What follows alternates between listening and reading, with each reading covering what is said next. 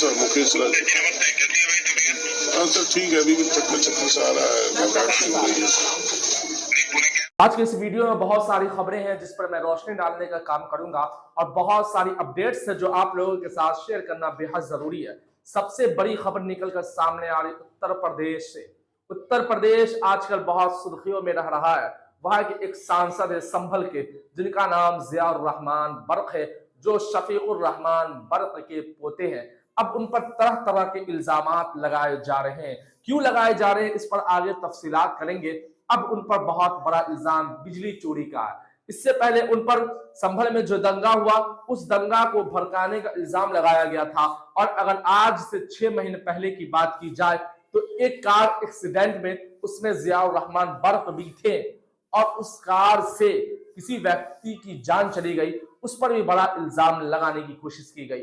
अब ये चारों तरफ से अब ऐसा बोलने को और ऐसा कहने को और ऐसा सुनने को मिल रहा है कि ये दूसरे आजम खां होने वाले हैं। बकरी चोरी का इल्जाम, मुर्गी चोरी का इल्जाम, कुछ इस तरीके के इल्जामात अब लगाने बाकी रह गए हैं। उस पर पूरी विस्तार में आगे चर्चा करूंगा, मगर उससे पहले ये बात आप तमामी लोग जानते हैं कि आजकल संसद में क्या चल रहा है, क्या सब हो रहा है। संसद में धक्का मुक्की वाला खेल शुरू है। आपने देखा पिछले ही दिनों जिस तरीके से भाजपा के दो नेता जख्मी हो गए और एक नेता साहब आईसीयू में चले गए और एक नेता के सर पर बहुत गहरी चोट आई। मगर राहुल गांधी ने इन तमाम बातों पर अपना सफाई पेश करते हुए बातें की, जो मैं आप लोगों के साथ आगे वीडियो में शेयर करूंगा। एक और बहुत बड़ी और अहम खबर है जो बांग्लादेश से निकलकर सामने आ रही है। ये बात आप तमामी लोग जानते हैं कि अगर कोई सबसे अच्छा कोई इज्तिमा वगैरह होता है जिसमें अच्छाई की बिना पर काम किया जाता है, उसमें इस तरीके का मामला पेश आना बहुत शर्मसार करता है तमाम मुसलमानों को। बहुत बड़ा बंगाल के ढाका में, बांग्लादेश के ढाका में बहुत बड़ा इज्तिमा होता है तबलीगी जमात का, कि तबलीगी जमात जो लोग मुसलमान हैं उसी मुसलमानों तक दीन की बातें पहुंचाना। तो इसमें ढाका में बहुत बड़ा इज्तिमा हुआ। इसमें मौलाना साद साहब के कुछ लोग भी गए थे, मौलाना साद साहब के मानने वाले भी वहां गए थे, लेकिन वहां पर कुछ इस तरीके का मामला पेश आया और इतना मामला आगे बढ़ गया, इतना भगदड़ मच गया कि 4 लोगों की जाने की खबरें निकलकर सामने आई है और दर्जनों वहां पर जख्मी बताए जा रहे हैं। इसके पीछे की सच्चाई क्या है वो भी तफसीलात मैं आप लोगों के साथ आगे वीडियो में शेयर करूंगा। मगर उससे पहले जियाउर रहमान बर्क की जो संभल के सांसद है उन पर बड़ा आरोप बिजली चोरी का लगा है। आप लोगों को हमारे बैकग्राउंड में दिख रहा होगा कि एक बड़ी तादाद में पुलिस फोर्स की तैनाती में तमाम जायजा लिया जा रहा है। लेकिन इन तमाम वीडियो के वायरल होने के बाद सोशल मीडिया पर लोग अलग अलग तरीके की बातें कर रहे हैं। लोग कह रहे हैं कि ऐसा लग रहा है इस पुलिस फोर्स की तैनाती को देखकर कि किसी बड़े मुलजिम को गिरफ्तार करने के लिए पुलिस तैनात की गई और उन्हें पुलिस फोर्स के साथ भेजा गया। कुछ इस तरीके की बातें सोशल मीडिया पर की जा रही है।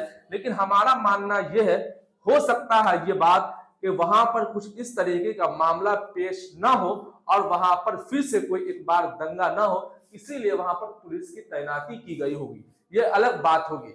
मगर अब जो सोशल मीडिया पर एक चीज और बड़ी तेजी से बात की जा रही है, लोगों का कहना यह है कि जियाउर रहमान बर्क संभल के मुसलमानों के लिए जब से संसद में आवाज बुलंद करने की कोशिश की और संभल के मुसलमानों के लिए आवाज बुलंद करते हुए आ रहे हैं, उसकी वजह से जियाउर रहमान बर्क पर तरह तरह के आरोप लगाए जा रहे हैं। सबसे पहले आप लोगों को याद होगा कि आज से 6 महीना पहले जियाउर रहमान बर्क जिस कार में सफर कर रहे थे उसी कार से एक व्यक्ति की जान चली गई, ठक्कर लगने से उनकी मौत हो गई। अब उस पर भी तरह तरह की बातें की गई थी। फिर उसके बाद आपने देखा कि संभल में जो मामला पेश आए, संभल में जो हिंसा हुए, उसके भड़काने की बातें की जा रही थी। जियाउर रहमान बर्क ने उस हिंसा को भड़काया, कुछ इस तरीके की बातें की जा रही थी और अब बिजली चोरी का इल्जाम इन लोगों पर डाल दिया गया है। यानी कि जियाउर रहमान बर्क पर सीधे तौर पर बिजली चोरी का इल्जाम है। और अगर बात और संभल में जो जुल्म ज्यादती हो रही है उस पर रोक लगनी चाहिए। कमरे के अंदर ये एसी की तस्वीरें देखिए। डॉक्टर जियाउर रहमान घर में ये जो कमरा है जहां पर वेटिंग रूम है, ऑफिस है, ऑफिस के अंदर ये एसी लगा हुआ है और तमाम जो जितने भी बिजली उपकरण है सबका इवैल्यूएशन यहाँ पर वहाँ की टीम यहाँ पर पहुंची है, ये तस्वीरें देखिए। उसके जैसा की जाए दूसरी बड़ी खबर की, जिस तरीके से राहुल गांधी पर भी एक बड़ा आरोप है, उस पर एफआईआर की लोग मांगे की कर रहे हैं और शायद एफआईआर भी हुए हैं। जिस तरीके से राहुल गांधी पर यह आरोप है कि उन्होंने धक्का दिया और बीजेपी के 2 सांसद जख्मी हो गए, एक को सर में चोट आई और एक आईसीयू में चले गए। लेकिन आईसीयू में जाने के कुछ ही देर बाद एक वीडियो आती है सोशल मीडिया पर जो बड़ी तेजी से वायरल हो गई। कुछ ही देर बाद वो मोदी साहब से बात करते हुए नजर आ रहे हैं, जो आपके स्क्रीन पर। प्रणाम सर, मुकेश लाल। नमस्ते, कैसी है भाई तबीयत? हाँ सर ठीक है, अभी भी चक्कर सा आ रहा है, घबराहट सी हो रही है। नहीं, पूरी केयर करना, जल्दी बिल्कुल मत करना और सारी ट्रीटमेंट लेना। ठीक है सर, हाँ जी। ठीक है सर। अब इस वीडियो को भी लेकर सोशल मीडिया पर अलग अलग तरीके की बातें की जा रही है। अब सोशल मीडिया पर अलग तरीके का बवाल देखने को मिल रहा है कि जो व्यक्ति आईसीयू में चला जाए और तुरंत कुछ ही देर बाद वो बाजाब्ता तौर पर बात कर ले, इस तरीके की बातें की जा रही है। और एक सांसद को सर पे चोट आया, मगर इसके बाद राहुल गांधी ने क्या बातें की वो आपके स्क्रीन पर। मेन इशू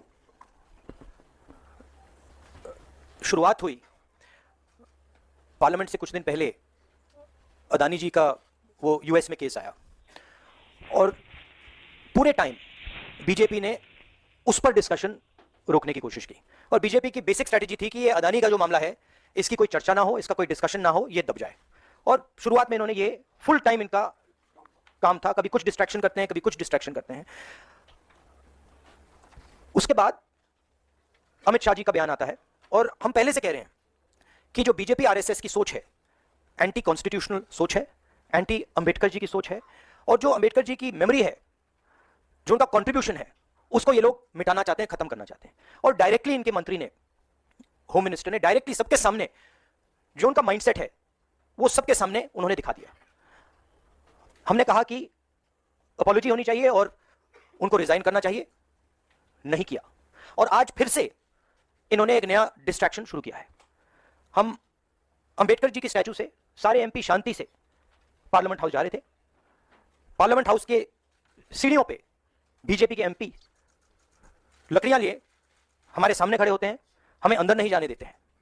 और उसके बाद अब ये थोड़ा सा अपना फिर से डिस्ट्रैक्शन करने की कोशिश कर रहे हैं। रियलिटी ये है, इन्होंने अंबेडकर जी का अपमान किया है, उसकी अपॉलॉजी होनी चाहिए और रिजाइन करना चाहिए होम मिनिस्टर को। और जो मेन मुद्दा है जिसको ये मिटाना चाह रहे हैं, घुमाना चाह रहे हैं, मेन मुद्दा है कि नरेंद्र मोदी जी के मित्र अदानी जी के खिलाफ यूनाइटेड स्टेट्स में केस है, उनको वहां इंडाइट किया गया है और अदानी जी को नरेंद्र मोदी जी हिंदुस्तान बेच रहे हैं।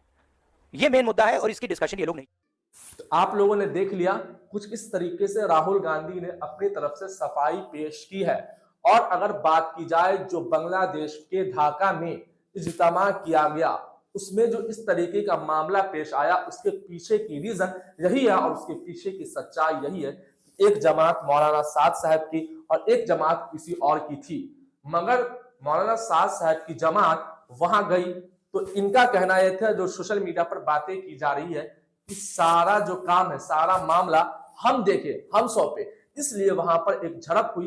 इतना झड़प बढ़ गया, इतना झड़प आगे बढ़ गया कि 4 लोगों की जाने की खबरें निकलकर सामने आ गई। इन लोगों का मानना यह था कि तमाम निजाम मैं चलाऊं, मेरे सुपुर्द कर दिया जाए। अब इस तरीके का मामला देखने के बाद अब वहां पर 4 से 5 लोगों की जाने की खबरें निकलकर सामने आई और खूब लगातार 1 घंटे तक इस तरीके का मामला वहां पर रहा। खूब पत्थरबाजी की गई, कुछ इस तरीके का मामला देखने को मिला।